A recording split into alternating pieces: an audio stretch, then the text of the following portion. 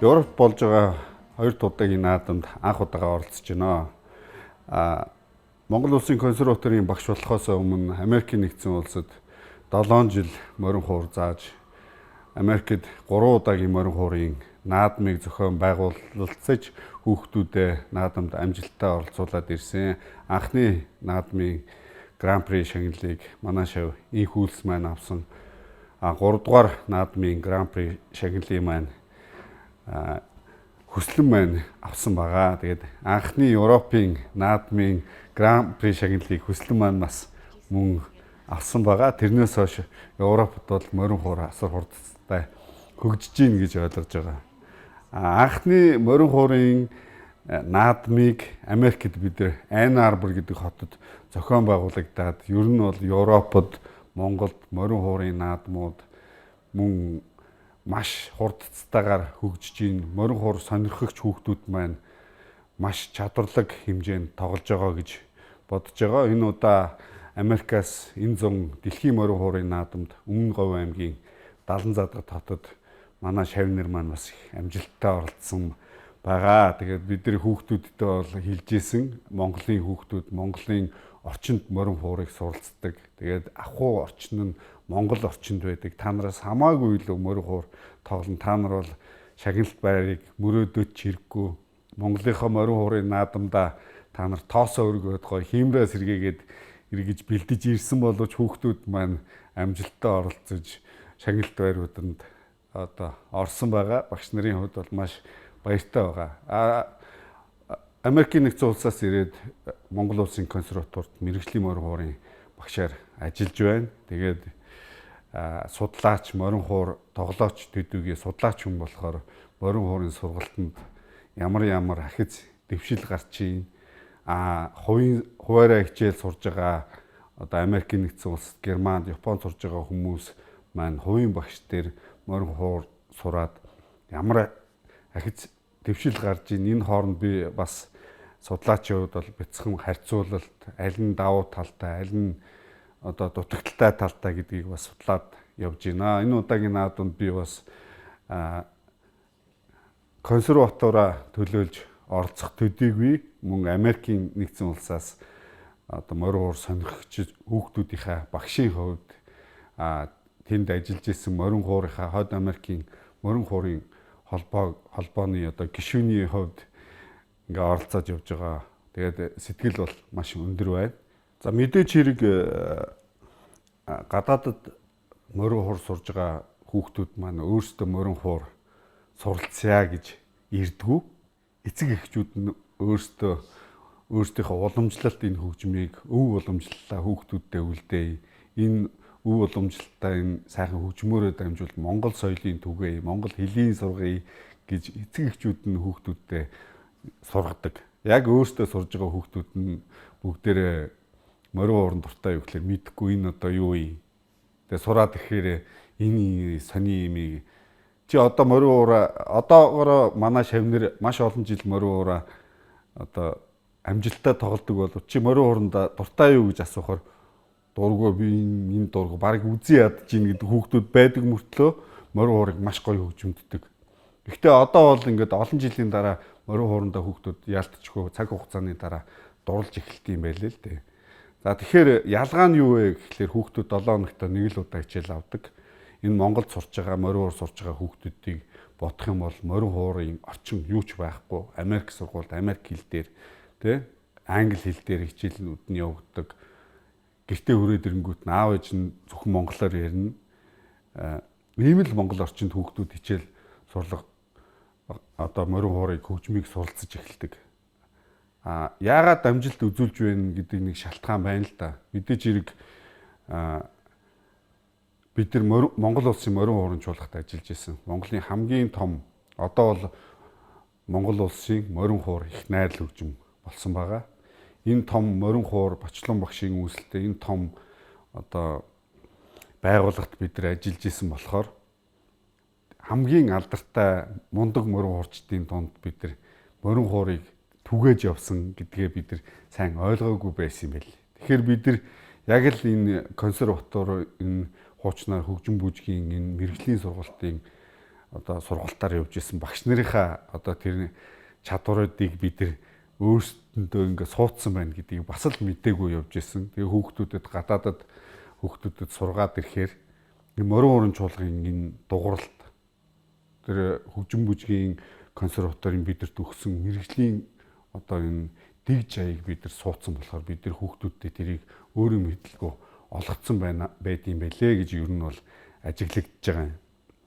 Тэгэхээр бид нар зэгцтэйгээр ингээд яг мэрэгжлийн төвшөнд хүүхдүүдэд эхнээс нь заасан гэсэн үг. Тэрийг нь хүүхдүүд маань тодорхой хэмжээгээр авцсан эмх зэгцтэй тоглож ийн яг нэг багш нарыгаа дурайцсан хүүхдүүд л явж ийн гэсэн үг.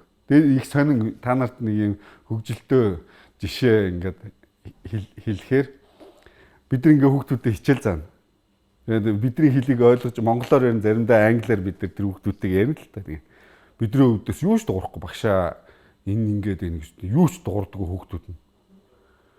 Тэгээ энэ чи бүр хэлгүй юм уу? Чи багштайгаа ядаж нэг мэдлжээч гэд гуугаад идэхгүй нөгөө хүүхдүүдтэй. Чи англи сургууль дээр Америк сургууль дээр чи ингээд дугаа байд юм үгүй гэдэг. Тэгээ монгол хүмүүстэй ирэхээр тэд нар ингээд бүлэх залхицсан юм шиг ингээд бараг 5 6 жил бид багш нартайгаа юм яриаггүй хүүхдүүд. Тэгээд бид нар Америкаас буцахдаа та нар хүүхдүүдэд хичээл заагаараа та нар одоо хүүхдүүд морин хуур заах хэмжээний ийм чадвартай мундаг болцсон шүү. Заагаараа гэсэн чинь нөгөөдөл чинь багш нарыгаа явсны дараа шавтаа болоод яг нөгөө багш нараа дуурайгаад та чи ингээч чи гэд ингээ бүр загинжин гэсэн.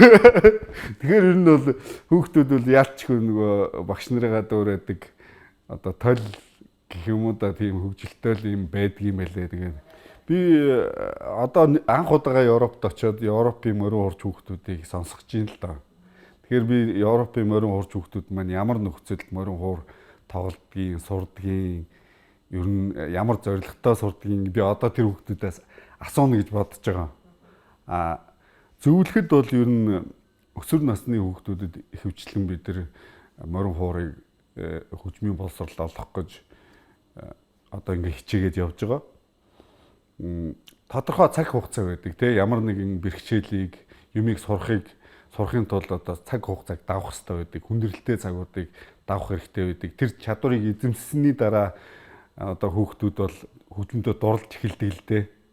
Шал өөр болдог, морин хуураар дамжиж өөр байдаг гэдгийг ойлгож эхэлдэг. Тэгээ мэдээч хэрэг бол монголоор ярихаас илүүтэй яг үндснийхээ морин хуур хөгжмийг одоо Европын өсөж байгаа хүүхдүүд маань сургууль дээр ингээд очиод тоглоосаа. Тэнгүүт одоо тэр сургуулийн багш нар хэл соёлоор нь биш, хэлээр нь биш те тэдний хөгжмөөр нь ингэж харчаад үш Монгол гэдэг чинь ямар том соёлтой болсон юм бэ? Хөгжмийн боловсрол яаж ямар том хэмжээнд хөгжсөн юм бэ?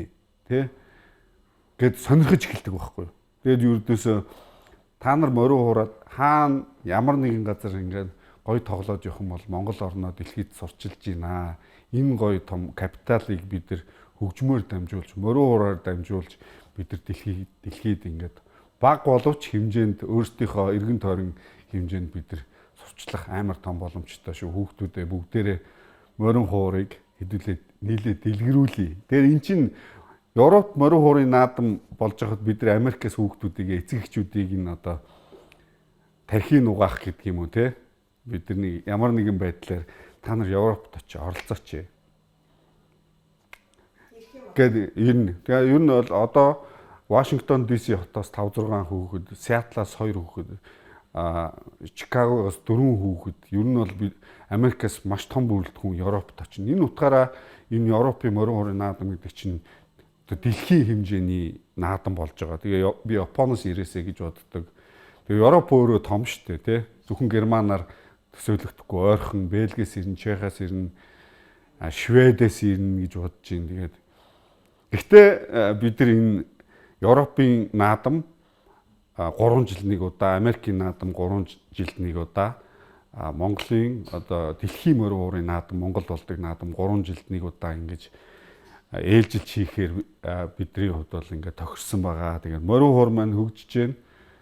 Тэгээд бид нар хөгжүүлэхийн тулд бас хичээл зүтгэл гаргаж байна.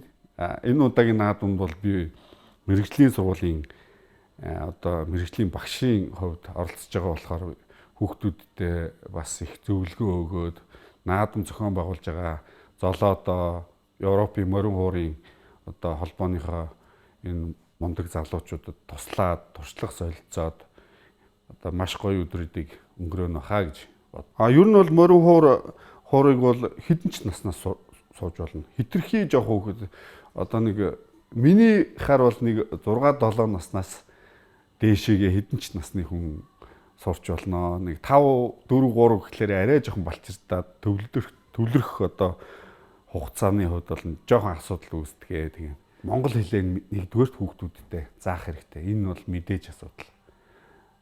Монгол хэлний дараа би бол морин хуур байх ёстой гэж шууд бодож байна. Морин хуураад одоо хүүхдүүдэд өвлүүлж үлдээх гэж ярил л да.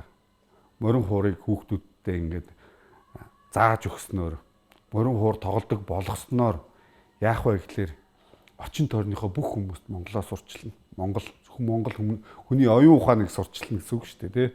Үн цэнийг сурчлана. Бид нар монголоор ингээд хичнээн ярихаар тэр хүмүүс ингээд ямар сонин хэл вэ, тий. Өөр хэл юм байна. Хятад биш юм байна. Айлсгүй нэг юм хурц хэлтэй хэл юм байна гэж ойлгоно л. Хөгжим тоглоод ирэхээр тэр хүмүүс өөр хандлагатай болдог. Энэ хөгжим чи ямар гоё дуу гаргад юм бэ? Энэ хаанхын хөгжим юм. Тэг ингээл эхэлнэ. Дор хаяж. За мэдээж хэрэг хүмүүс хүүхдтэй төгөлдөр хуур сургая, тэ? Хийл хөгжим сургая.